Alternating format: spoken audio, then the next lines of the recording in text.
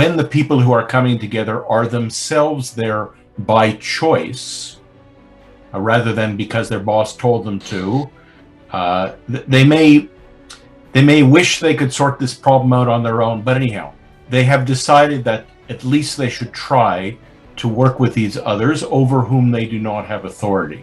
And so they're there by choice. And I often think that the best part about my professional life or my vocation, however you want to put it, is that I get to work about 100% of the time with people who care about something and are trying to make a difference and want help to do so. So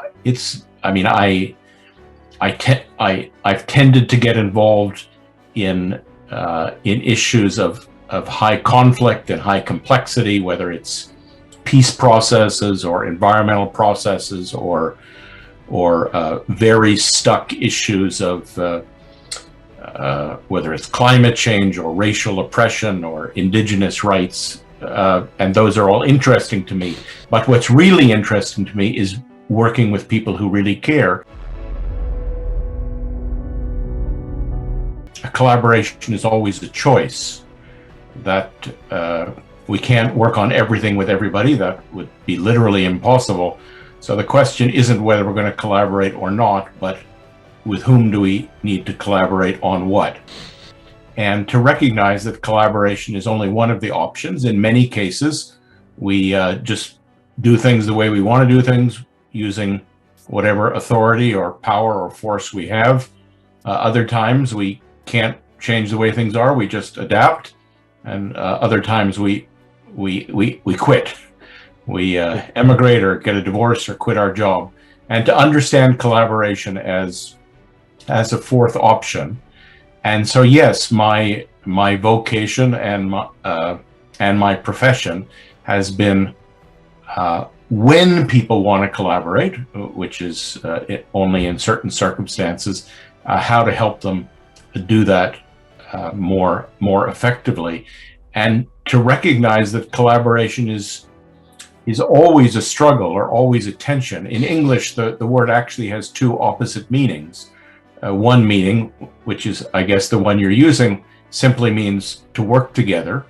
But the other very frequent reference for the word collaborate is, when people talk about collaborators in the Second World War.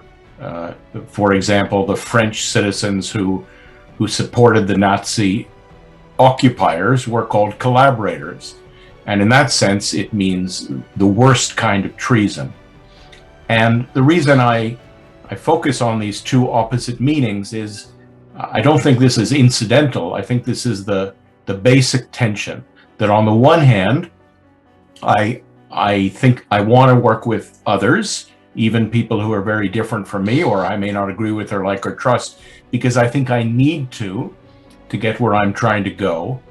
And at the same time, I'm always worried, am I at risk of betraying what I stand for? Or so that's the tension. And yes, my work has been how to help people navigate that tension, how to help them collaborate effectively, rather than defaulting to just pushing for it to be the way I want it to be.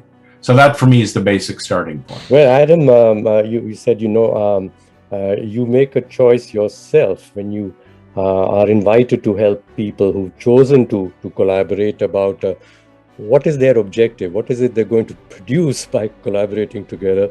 Could you be collaborating with a purpose which doesn't appeal to your heart and mind? What for me is the deciding point is not the cause, but rather the pleasure and honor and energy of working with people who are really trying to do something that they care about. And so that for me is that's what gives me energy and pleasure, is that when the people who are coming together are themselves there by choice, rather than because their boss told them to, they may wish they could sort this problem out on their own, but anyhow, they have decided that at least they should try to work with these others over whom they do not have authority. And so they're there by choice. And I often think that the best part about my professional life or my vocation, however you want to put it, is that I get to work about 100% of the time with people who care about something and are trying to make a difference and want help to do so. So it's, I mean, I've tended to get involved in issues of high conflict and high complexity, whether it's peace processes or environmental processes or very stuck issues of whether it's climate change or racial oppression or indigenous rights, and those are all interesting to me. But what's really interesting to me is working with people who really care.